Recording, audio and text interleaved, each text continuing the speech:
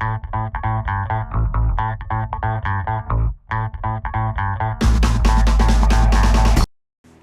this is John Colo with okraw.com with my beautiful girlfriend, Lauren, and our little dog, Oakley Man. Oakley Man will not be speaking in the video because he's a dog and he cannot talk. Daddy, I can talk. Oakley Man talk like this. Alright, so anyways. Okay. Today I thought I'd have a fun episode for you guys, actually just quizzing my girlfriend because she hears me constantly repeat the same rhetoric day in and day out in my videos. And hopefully you guys have maybe learned a little bit. But hopefully my girlfriend, since we've been going out now for 2.5 years, I hope she knows some of this stuff like the back of her hand. I don't know, we'll see. So today we're just going to simply ask her some questions to see what she's learned from me, if anything, over the last 2.5 years we've been going out. Okay. I got my fingers crossed. All right. Okay. So we got 15 questions for her. Okay. So Lauren, first question is, do you watch my videos? I watch them here and there. I don't watch every single one of them on every channel, but I watch most of the okraw ones and some of the gardening ones, and not all of them, but some. And are you there when I'm filming the videos? And what do you think of it? Sometimes I'm there, sometimes I'm not. What do I think of it? Yeah. Like, I don't know, it depends on what kind of video. Like, I don't know, more specific question, or what do I think of it? I don't know. Wait, what kind of video? Like A gardening video. So when we go to a farm and like you're there hanging out waiting for me if I'm filming, what do you think? Well, I'm not having the most fun if I'm not involved or contributing. I don't know, if it's something like a gardening video and it's taking like, 3 or 4 hours to make. I'm not doing much. But if I'm more involved, or I don't know, if it's like a restaurant review, I mean, I'm more involved and, interested in, participating in it. Cool. So do you want to be in my gardening videos? You could like be a co-anchor? If I had something like to contribute and I was like involved in it in some way, like it would be funner for me. Hey, thumbs up if you want Lauren to be in my gardening videos. Okay. All right, so anyways, let's move on. So, all right, Lauren, here's a big question. Why is it important to eat raw fruits and vegetables? Okay, so the reason it's important that John says that it's important, because we have different, like, there's so many different things we could say, but I think you would say because of the phytochemicals and phytonutrients, and because to optimize your nutrition, and you're losing nutrients when you cook it for the most part, and it's just got the life force, biophotons, all that good stuff, and yeah, is that correct, or? That's a pretty good answer, but there's many reasons why to eat raw foods besides just the phytonutrients. There's water content, biophotons. Anyways, if you guys want to learn more exactly why raw foods are good for you, check the description down below. I'll put a link to one of my videos where I talk about all the benefits of raw foods, and it's more than just the phytonutrients, but that's definitely good because that's actually one of the key areas of interest these days for me is the phytonutrients. Man, they're super important. And I would encourage you guys to eat lots of rich, colorful foods. All right, Lauren, why is it important to be vegan? These are like loaded questions. For the planet, for the animals, and for your health. All right, that's pretty good. I'll go with that. Okay. What are the 3 foods that somebody who's eating a raw food diet should eat regularly? 3 foods somebody who's eating a raw food diet should eat regularly. Probably greens, nuts and seeds, and I don't know. I don't know. You're not gonna say fruit or vegetables. Like what kinds of foods? Should we be eating legumes, seeds, nuts, and greens? Look at her face when she's asking. She's like, I don't know. I don't know. I'd say I'd say things that you should eat regularly are greens. I mean, my channel is Growing Your Greens, so that's definitely probably one of the most important. Yeah, some fats with your food, about a handful or two of nuts and seeds a day, or some avocados, whole food source of fat, I think are also important. They're going to boost the volume of phytonutrients, phytochemicals. And then the other thing I'd say is actually like deep, rich colored fruits. I think fruits are very good for your calories. And they also got a lot of good phytonutrients in there, I tend to like a lot of berries, blueberries and things, and even persimmons, those are nice deep orange colors, if you guys could still get any these days. Yeah, I think fruits are definitely a good food, and we should eat them every day. And I mean, for extra credit, I don't know, there's like so many things that I eat on a regular basis. I'd probably say something like, maybe even the seaweed. I love eating the seaweeds for the trace minerals, because standard, grown land crops, don't have the level of trace minerals that I think they should have, and that I think people maybe become deficient in certain trace minerals. All right, Lauren, so the next question is, why is it better to get more calories from fruit or fat on a raw foods diet? Okay. I think it depends on the person and the situation and their specific goals at that particular time in their life. I don't know if they're doing like a more long-term, stable, like, kind of thing, I don't know, maybe fat might be better for someone. But if someone's like really going for like really fast, aggressive detox or whatever, I don't know, maybe fruit would be better for that person. It just depends on whoever, and it's like a big loaded question. I can't give one answer. That's more like my answer. I don't know if that's your answer. I don't know. No, the answer is always fruit, man. Fats, they're just kidding. All right. No, actually, Lauren has a pretty good answer, and I would always pick, option C. It's not fruits, or fats. How about like, other carbohydrate-rich foods that are non-sweet, And this is if you want to be all raw, and I don't necessarily recommend that people are all raw these days. I do recommend that you eat the majority of your foods, fruits and vegetables and raw foods. But, I'm going to say as a raw food, there's definitely some benefits to cooking your food sometimes, depending on the particular food. Of course, there's many cooked foods that are bad. I'm not saying all cooked foods are good. There's plenty that are actually not good. But, some steamed vegetables, if that's going to prevent you from eating some fruits, that are high sugar content, like bananas, that are maybe not as nutrient dense as kale that's been cooked, and you have issues with blood sugar yourself. Hey man, cooked kale is better for you personally than some ripe bananas.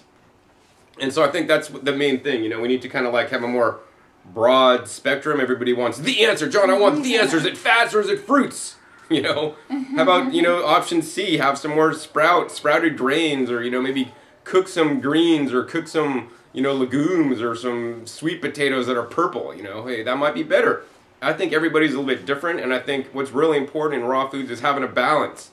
And finding your own balance, whatever that is for you, because my balance may be different than Lauren's balance, may be different than your balance. And like, also like a different time, like I might be going through like a big fruit thing, and then I'll be like, I'll fatten it up like another few months. I don't know. Right, yeah, and we always change. Like my diet has changed and evolved over the last 22 years into what it is now. And will it be the same in another 20? Probably not. I'll probably be eating totally different stuff. I mean, we'll see. Hopefully we'll be on a farm and eating like 99% of all of what we grew. All right, so next question for you, Lauren, is why are probiotics important? To diversify your microbiome and help you digest foods and cultivate health in your gut. It's pretty good. The other main thing is that probiotics are really important. They compromise some of your immune system. And, that's a pretty good question. And I would encourage you guys to eat probiotics regularly, whether you want to take supplements, which I think a lot of the supplements are like a scam. They're probably not active cultures. There are good ones out there. Dr. Ahira's Probiotics 10 Plus, one of my favorites, because they're actually not a white powdered crystalline substance. They're actually a food that's just been put in a capsule. And for those of you guys that are vegans, you might not want to take it because they are not vegan capsules, or vegetarian capsules, because it does come from the bees. I think it has a beeswax in there. But it's a food-based probiotic. So whether you want to do fermented foods, another great source of probiotics. And of course, when you're eating fresh fruits and vegetables, and even if you wash them, depending on what you're eating, right, you're going to get some probiotics on the food, as well as the prebiotics, which actually feed the probiotics. So these are critical. You know, as studies come out more and more, we're going to learn really the power of the microbiome. I've gotten actually microbiome testing, and I will encourage you guys to do that also, to see kind of where at, so you can dial in your microbiome, which, you know, is not really even talked about in raw food so much, but is super important for your, you know, brain health, for feeling good, for your immunity, so many different things. Actually, it said we're more bacteria than human. All right, Lauren, is cannabis or marijuana a food or is it a drug? A food. And a drug if you use it that way. But I guess it's both. Yeah, I'd say it's a food and a medicine. I don't like the word drug personally. And it depends how you use it. You know, I only advocate the use of cannabis, consuming it in its raw and natural form.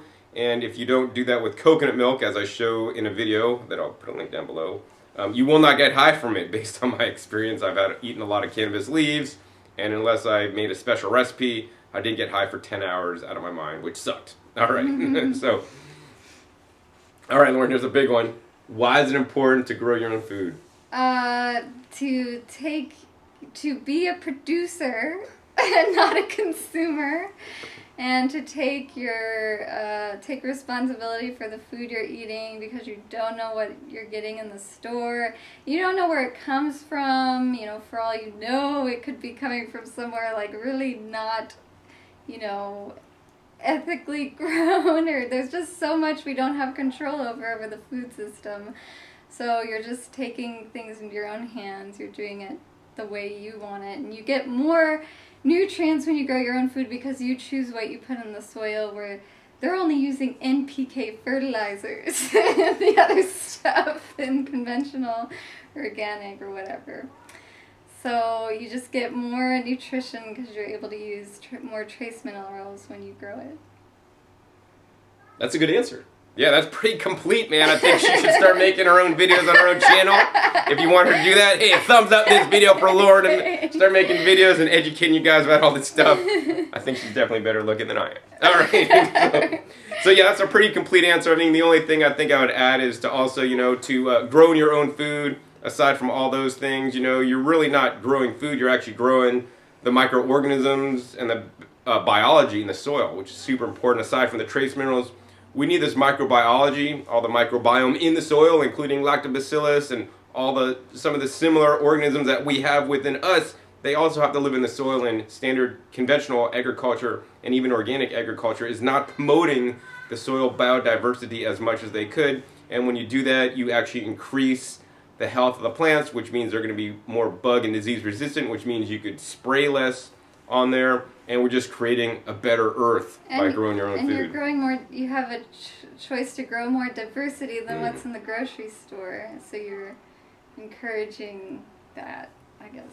Absolutely. So you're going to be able to grow different plants. You know, you can't just go out to the grocery store in most cases and buy katuk or buy longevity spinach, but you could just go buy regular spinach or lettuce and whatnot. So you could grow more different things that are creating a better microdiversity and more habitats on the planet for different plants. But also you're going to be eating these things, so you're going to actually get a wider spectrum of nutrients, especially some of the most potent anti-cancer foods such as ashwagandha and some of the other things that I like to grow. So be sure to check my gardening videos at growingyourgreens.com for some of my favorite plants. All right, Lauren, here's a loaded question, because I think you watched this video just recently. Is salt healthy or not? It's okay. In high amounts, it can be unhealthy, but we need some sodium in our diets, so a little bit isn't that bad, and but you just don't want to go overboard, and most people are going overboard with it, so most people would probably benefit from eating less salt. Actually, yeah, so you could watch this video and hear Lauren's 5-second clip instead of watching my 20-minute video on the topic. But yeah, I mean, we need sodium in our diets, and the question is, can we get enough sodium from our whole food, plant-based diet? And, in some cases, depending on what you're eating, that's yes, and in some cases, depending on what you're eating, that's no. So then you may want to add additional salt or other sodium-rich foods in your diet. I think the other thing that's really important for me is, besides just the overall salt or sodium you're eating, is the sodium-potassium balance, right? You should have 1 part sodium to like 3 parts potassium. That's super critical. So even if you do eat more salt, then eat more potassium, that'll help to offset some of the damaging effects of the salt.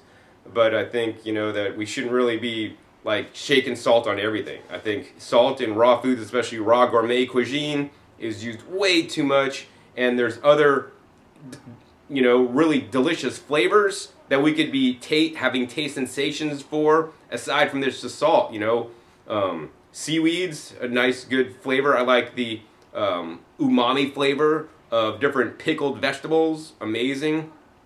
Even things like hot peppers and ginger and things, those will add flavors without the sodium. And of course, I gotta say that I love homegrown vegetables. If you've had homegrown tomatoes or even good tomatoes from the farmer's market versus the store-bought ones, you guys could taste the difference between those, and all your homegrown vegetables taste like much more flavorful than the store-bought. So that actually you don't even need to eat salt. One of the travesties I see in raw foods all the time that really bothers me is when people salt and oil their kale so that they could eat it and make it soft or whatever, tenderize it or whatever they call it, man. That's a joke. Don't do it, man. Just grow your own kale. You don't need to add anything. It tastes so sweet, so delicious as it is. All right, Lauren, so here's another question. Why is juicing better than blending? Okay, juicing is better than blending in many cases because you're preserving the nutrients and it has more cancer-fighting ability when you're juicing. Wait, slow juicing? Why is slow juicing I just said, why is juicing? Okay, we're going to go with slow juicing. So it has more cancer-fighting ability than blending because blending oxidizes the food and aerates it and you lose a lot of nutrition. It can be good for people with compromised digestion, because it's easier to digest, I don't know, how many more reasons do you want? There's one big one I really like. Okay, well, I already kind of said it's therapeutic, for people with compromised digestion. It allows you to get more fruits and vegetables in ya. Yeah, in ya. I like getting fruit and vegetables in ya. What do you like in ya? No, all right. So, so I mean, the main reason why I like juicing is because you can really compact lots of fruits and vegetables in just one juice. Today, Lauren had a sugarcane, lemon, ginger juice. I'll be drinking a kale, apple, celery, cucumber, ginger juice later on. And, I literally took like 20 ounces of kale that maybe if you're fully raw Christina, you might just sit there and eat straight kale. Sorry, unless that's out of my garden, I don't do that. But I juiced it all and made it into a juice, so I really concentrated the nutrients. Plus, it's a lot easier to eat than kale. You don't have to sit there and chew each mouthful. In many cases, people are going to get better digestion when they juice it. Not to say that juicing's like, you should only juice and you should never eat food. Of course, we need to eat food too. I might have 1 juice meal a day. Some days when I'm, busy, I might have 2 juice meals a day. But I plenty like to chomp on salads and eat my fruits. And of course, I do like to blend. Blending, it has a little vortex going on, kind of like, the tornadoes that hit Kansas and rip up your house and Walmart and, ripped up Dorothy's house and the Wizard of Oz. It does a lot of damage, but I'm really looking forward to this new year, 2017, when there's going to be new vacuum blending technology that takes the air out. So when you're blending, without all the oxygen, and is doing much less oxidative damage. So actually, I'm going to appreciate blending much more once this new technology is spread out and all you guys have it. And stay tuned to this channel. Actually, I think I'm going to come up with a way you guys, for really inexpensive, could make a vacuum blender without having to spend $500. So that's going to be cool. Mm-hmm. So anyways, all right, Lauren, so I guess the next question is, why is it important to use a slow juicer instead of a fast juicer? When I met Lauren, actually, she was using a Breville, and I was like, you gotta get rid of it. I was using a Breville and an Omega 8006, and I would juice my greens in the 8006, and then I would juice, like, the big stuff in the Breville, like carrots and celery. So, anyway, I just wanted to clarify. Then I got her a vertical juicer, and she never went back. Yeah, that's like way better than using 2. So, centrifugal juicer oxidizes the juice, and you preserve way more of the nutrients, and it's more cancer fighting if you use a slow juicer, that kind of thing. Yeah, I mean, I basically say it's more nutritious, and the other thing I'd say is that the juice tastes better. That's huge, man. You're aerating the juice. It doesn't taste as good. I mean, I've done taste tests in front of audiences and stuff when, I juice watermelon in 2 juicers, and they'll taste the one in the slow juicer, and it tastes like way better than the juice made in the high-speed juicer. So yeah, I mean, I think that's probably the main points. You got them. Good job. So here's another question: why shouldn't somebody eat at raw food restaurants too often? Because I don't know. You don't know exactly how they're making it, and usually there's like a lot of oil and salt, and you'd just be eating lots of oil and salt all the time if you were to do that. And you can make things fresher and, more vegetables and fruits in what you're eating when you make them at home. That's a pretty good answer. Yeah, I mean, I definitely would go with all that. I mean, once again, when you're at home, you guys could focus on adding fruits and vegetables to your recipes. And unfortunately, most raw food restaurants, they do a lot of concentrated nuts and seeds and dehydrated stuff. I just want to eat lots of vegetables, and also it has lots of salt. But the other thing, man, you should have said, Lauren, you should know this. We went over this before. Is that you can save lots of money, because she knows it. I'm like, super cheap, man. Okay. Spence, man, we just ate at a raw food restaurant like last week or something, because she wanted to go out. She likes going out, like being on date night and stuff. I'm too cheap, and like food's not as good as what I can make at home. It was like $50, man, for 2 people. Raw food restaurants, man, they're expensive. I could buy like a week of food for $50 and eat out of my garden. But anyways, that's all right, some of the compromise of having a girlfriend. You got to take her out sometimes and treat her nice. Yeah. All right. So, Lauren, the last question I have for you is what do you like about being my girlfriend? Or why do you think it's cool? I like because we're really good at communicating, and we're like best friends, and we have a lot of things in common. And I love being with you. All right, thanks. Yeah, we get to travel a little bit too, eat at a raw food places once in a while. Yeah. It's just pretty fun. Yeah. All right, Lauren, any last comments that you'd like to share, words of wisdom to my viewers today? Go vegan, bitches. I'm kidding. No, she's for real. She means it. She's actually more like hardcore vegan than I am, and really believes in the animal rights. And I mean, I do too and stuff, but it's important to her. So yeah, eat more plants, eat less animals. She wanted you to go all vegan. I'm good with you guys going like 90% vegan. I was kind of just being funny, but she kind of really means it. It would be cool. Yeah. So, anyways, if you guys think Lauren should make her own videos and teaching people to go vegan, bitches, thumbs up this video, man. I think she should be making a channel. I think she gets lots of viewers, and she gets really nervous. So I'm glad she did a great job on this video today, and getting her some more YouTube exposure. She's the cutest thing that I've ever met. So, anyways, we got to get running. We got lots of stuff to do today. Hang out more, maybe eat out tonight. And if you guys enjoyed this episode, hey, please be sure to give it a thumbs up. Let me know. That'll encourage me and Lauren to make more videos with you guys together. Maybe her to make her own channel. Also, be sure to put your comments down below. We'll be taking a look at those as well. Also, be sure to share this video with some of you guys that could think it could help out. Maybe this is kind of a fun educational video at the same time. Also, be sure to click the subscribe button right down below so you don't miss out on my new and upcoming episodes. Some really good ones coming out. How to get a really Vitamix quality blender for under $100.